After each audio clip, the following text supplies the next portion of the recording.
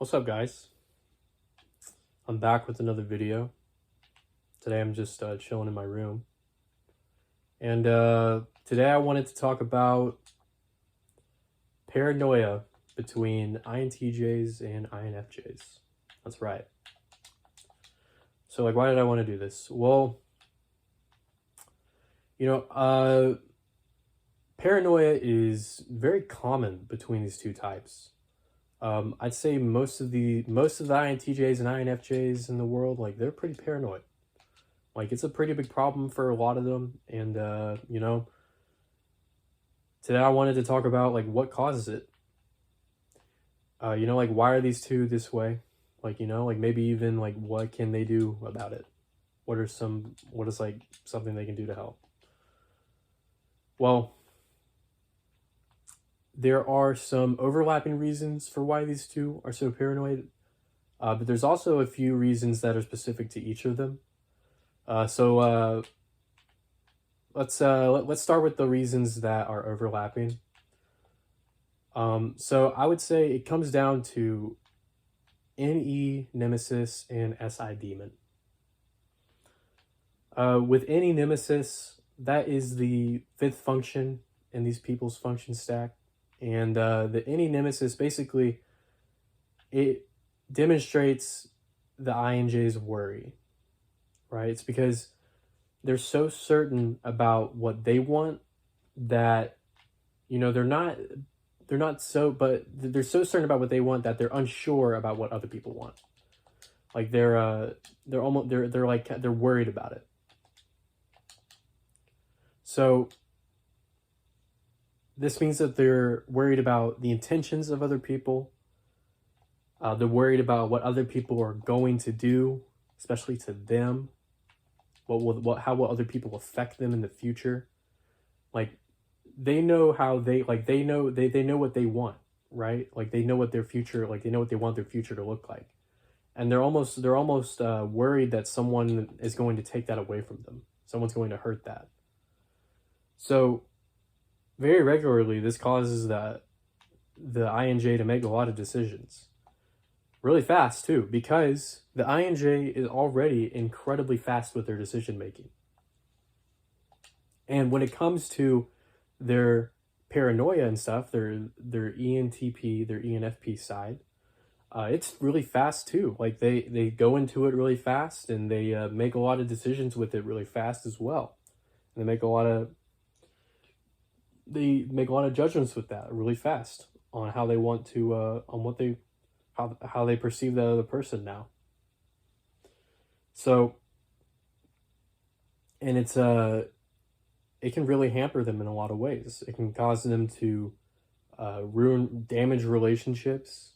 It can cause relationships to be permanently destroyed to the point where the INJ and that other person just are no longer talking. Shit like that happens all the time. And, it comes down really to NE nemesis. Because it starts making the INJ act in funky ways, And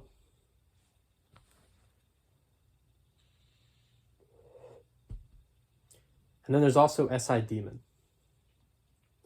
SI demon is, I think that it plays a big part in this as well. And really the reason why is, the way I like to think of it is, for the INJ, it doesn't matter how long the relationship between the INJ and that other person has lasted.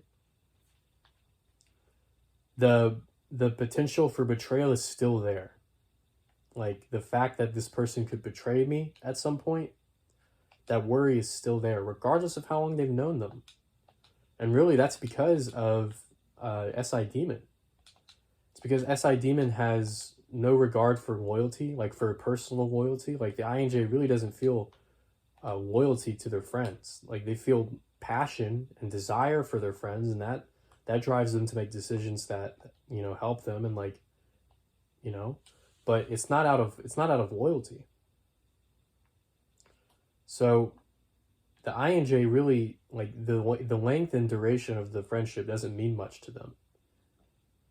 You know? Now, if they're with like an ENP, where the duration does mean a lot to them, then like the ENP will probably regularly bring that up to them and remind the INJ, which is why they go so well together. But they'll basically like renew the INJ's passion in them with that. But you know, for an INJ, like, to them it's like the like, if that's not happening, like they're not getting that constant reaffirmation, which is really what they need. Like that's okay. Jump to the solution.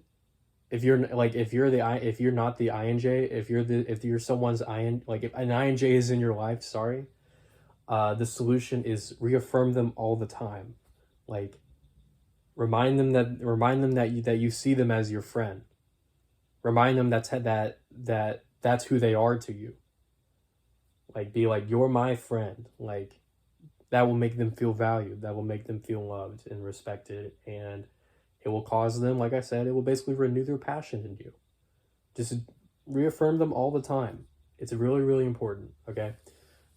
I'm going to say that early because not all of you are going to watch all of this. But for those of you that do, or for those of you that don't, and you got this far, that is just the easiest solution, okay? Please just reaffirm your INJ. Okay, just communication, positive communication. It will make them love you forever. Okay, back to the kind of mechanisms behind this. So SI demon, like I said, no regard for loyalty at all, or at least, you know, for themselves. Like, you know, they another reason for their paranoia, or at least like the ego reasons at least, come down to like SE inferior and NI hero and the strength of both of them. Because NI hero is very, very, very, you know, aware of what it wants. And that makes the INJ incredibly passionate about their friends, you know? And so SE inferior really values the loyalty of its friends and the people around it. Really, really values it. Probably more than any other type. It values it way, way, way, way, way stronger than any other type, in my opinion. And so what that means is because it's so sensitive. SE inferior, you know, since it's something that the INJ is insecure about. You know, like it's something they're deeply, deeply insecure about. Like the loyalty of people around them, right? So if they have the loyalty of the people around them, like SI demon, like I said, no regard for the past, the INJ will worry that they'll lose the loyalty of the people around them, right? And that's what causes them to start making decisions. So like, what are the specific reasons behind this? Well, we'll start with the what are the specific reasons between the types? Well, for the INFJ, really, it comes from FI critic. FI critic, basically, the INJ doesn't think that they're a good enough friend for their friends. They don't think that their friends deserve them. Well, no. They don't think that they deserve their friends. Sorry. They don't think that they deserve their friends. Like, they think that their friends are too good for them, and basically, this causes them to start acting irrationally. They stop using their TI child to assess the facts, that they do a lot for their friends, that they constantly go out of their way for their friends. They just don't think about it. They stop thinking about that entirely. And they start, you know, they start getting in their feels about how they're just not a good friend. And this causes them to start making a lot of decisions, you know, being like, oh, I'm just not gonna be around them anymore because, you know, I don't deserve them. And then, like, you know, unless those people come and contact them and they're like, hey, what's going on? Like, the INJ is just going to spiral even further. The INFJ is going to just spiral even further. And they're going to just go further into their little hole. You know, kind of like retreat within themselves, if you will. It's all because of the like the harshness of FI critic. Like they really it's almost like a positive feedback loop of negativity whenever they kind of get alone, and they, or if they hurt one of their friends, like if they end up saying something that hurts one of their friends' feelings, and like their friend is really hurt about it, and like like the INFJ is like, oh, I don't know if I can just fix this with an apology or something. Like, shit, dude, like like that could really snowball, you know. And it all becomes all because of FI critic, coupled with, like I said, the paranoia of NE. Like the INFJ will start thinking that, like, their friends will betray them because of how bad of a friend they are, and then that will cause the INFJ to start doing shit to basically cause them to betray them. They'll start being like, they'll start saying that bad shit, dude. Like, they'll start hurting people, and it'll cause them to alienate their friends, and like they won't be down, and like their friends won't be down for that anymore, so they'll just leave them. So, and then, like I said, that just causes all that fucking whirlwind of bullshit I was just telling you about. So, what about the INTJ? Well, unfortunately, I kind of already said it. A little Freudian slip right there. But for the INTJ, it's all about, like, oh, my friends aren't good enough for me. FI child, man. FI child superiority complex. Like, if the INTJ, who is a wayfarer and basically expects their friends to sacrifice for them, like, sacrifice checks are a big deal for the INTJ. Like, if the people around them aren't sacrificing for them, then they're basically just going to think that, like, their friends don't deserve them.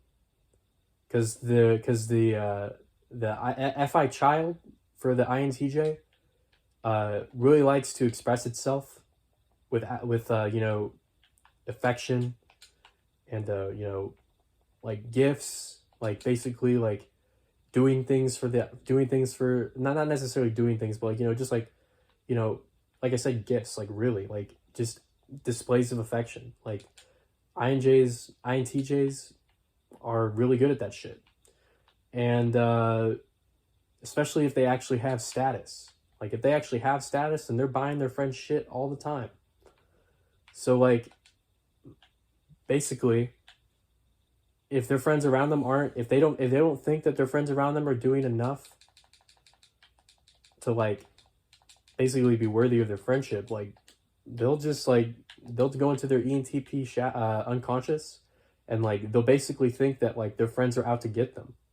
Because it's like, to them, it's like, well, if they're not contributing anything to me after I've given them all this shit, like, maybe they don't actually, like, respect me. Maybe they don't actually, like, want to be my friends. Like, maybe they're just trying to use me for my money, or use me for my status, or use me for my friendship. Like, basically, the INTJ starts accusing their friends of using them and taking advantage of them. And, this causes the INTJ to basically just start cutting people off. Just, like, fucking, God, like, bye. Like, I didn't like you anyways. Like, like, shit. And they're, like I was talking about earlier, they do this very quickly. The ENFP-focused INFJ does their shit quickly. Well, the ENTP-focused INTJ is not much different. They both do this shit very fast. They go from 0 to 100 very, very fast. And like I said, SI Demon can end up causing them to just destroy relationships permanently. Relationships that were going well for a long time. Just gone.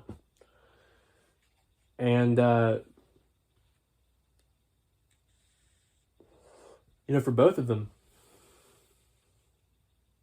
I think it just comes down to, well, for the INTJ, it's just hubris, like, it's just like, you shouldn't be giving, like, if you think, like, if you're only giving to people, like, you should be giving to people, honestly, like, out of the goodness of your heart. Like, you need to be charitable with your giving, INTJs. Like, you should be giving to people because they're your friends and because you love them. Like, that should be it. Like, once you guys, like, because, like, INTJs, like, they can end up covert contracting. They can end up giving to people and expecting things in return. You know? For the INFJ, like, it's not, like, they do covert contracts, but, like, honestly, like, I don't know, like, with FI Critic, like, they really end up doing a lot for other people simply because of, like, they just don't want to feel like a bad person. Like, that motivates them to do a lot of good for other people, you know? Just, like, help other people all the time. So, like, and that's really only to satisfy their FI Critic. Like, they loyalty check people. Like, they push them away and see if they come back. You know? But, like, for the INFJ, like, I think that a really healthy thing is just to, like I said, like, honestly, if you do something good for someone, write it down. Like, put it in your notes app on your phone. And then, like, if you're feeling like shit, just, like, go into your notes app and look at all the shit that you did. And you can be like, oh yeah, I did all this shit. Focus on what's true. C.H. Joseph was saying, focus on what's true. Because, like, we both know, like, you do a lot for people.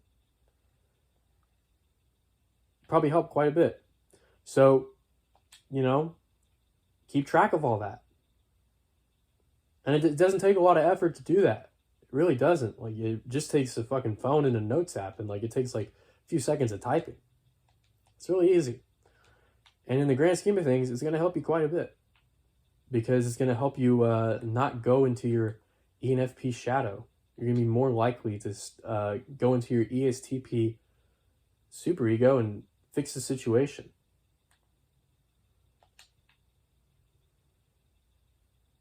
Because you're like, oh yeah, I can do this. And then you just go do it because you can.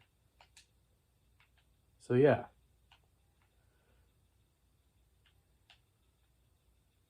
And like I was saying with the INTJ, like, you need to go into your ESFP superego and you need to just give out of the goodness of your heart. Stop being such a Grinch all the time. Scrooge.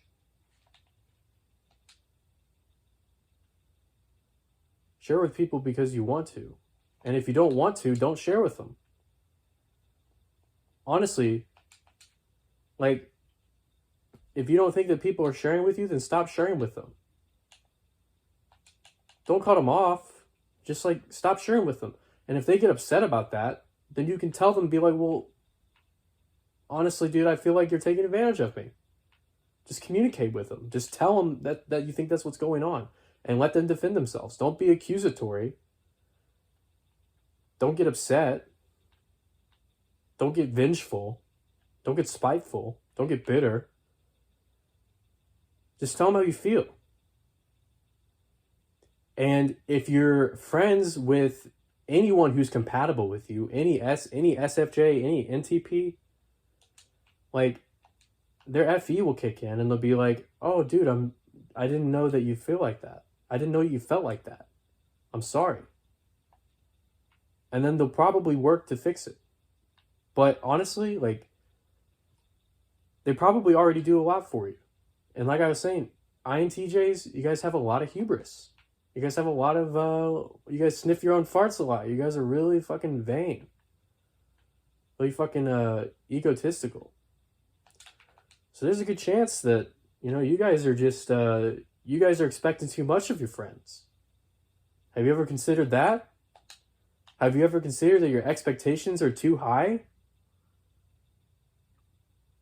Because, like I said, unless you're loaded, like, what are you doing? What are you giving to your friends?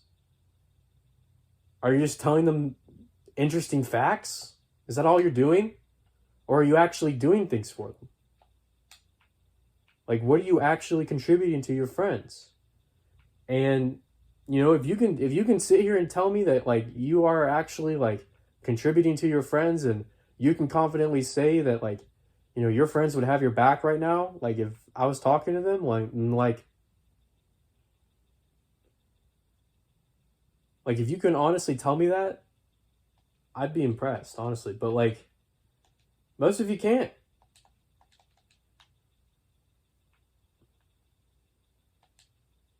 So like, and honestly, it's just because you guys don't have enough status to like really justify it, in my opinion.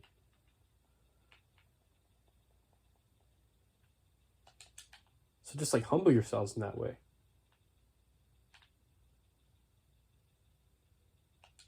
But like I was saying, I didn't really finish that other thought. I kind of just trailed off a little bit. But like with the INTJ, if you can tell me that like, you know, you actually are there for your friends and like it's actually like a good shit thing, and then like, you know, like they're you think that they're using you, like just be honest with them. Just tell them that.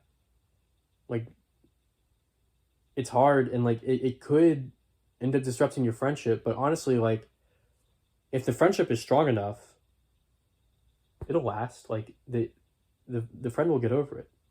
And they'll understand that, like, you know, you are sensitive to that and they'll work around it. But you also have to work on it too. You know, it's a two-way street. But you know, if you like ask your friend, like if you're like open about it and you're just like, hey, like this is how I feel, and then they get all defensive and shit, being like, I'm not using you. Like they probably are using you. And then you can just like stop talking to them, and then it's actually beneficial for you. So just like, you know, test them for that. Test them like that, you know, like just like tell them how you feel, put it on them. And if they can't take it, then like, you know, they can't, then like they probably shouldn't be your friend in the first place. That'd be like, that's what I think. I don't know. You know? So, 22 minutes. That's not too bad. It's not too bad. Well, I hope you guys like this video. You know, as kind of a summary. For one, the INJs, SE inferior, NI hero. They're both very powerful, very sensitive. This causes the INJ to basically fear rejection, fear loss of loyalty. And this basically causes them to worry about the intentions of other people with any nemesis. And regardless of how long of the relationship has lasted, because of SI demon, this can cause them to basically still think that they can be betrayed at any moment. And what this does is it causes them to make a lot of decisions really fast. For the ENTP focused INTJ, this causes them basically to burn the bridges in their friend group. You know, basically just go all ISFJ demon and, you know, ruin all their friendships. Just cut everybody off. Go be by themselves for a while. For the ENFP focused INFJ, this causes them basically to retreat within themselves with their FI critic, and they basically just start going down a positive feedback loop of shitting on themselves. This is because they don't think that they're good enough to their friends. Compare this with the INTJ, where they might think that their friends aren't good enough for them. This is basically the God complex of the INFJ, thinking that it should be, you know, the best friend ever, like all powerful, almost like in its efforts with its friends, whereas the INTJ is just incredibly egotistical with its FI child, and it thinks that, you know, it deserves everything. So if their friends aren't willing to give everything to the INTJ, then the INTJ will basically take this as a lack of loyalty, and then this will cause them to basically fear their friends betraying them, and this will cause them to sink into their ENTP's shadow, and they will start to basically distrust their friends and eventually cut them all off. That's just the long and short of everything. Just kind of a final recap. Anyways, hope you guys enjoyed this video. I feel like it was pretty informative this time. You know, but I'll cut with the rambling. Hope you guys liked it. Until next time, peace out.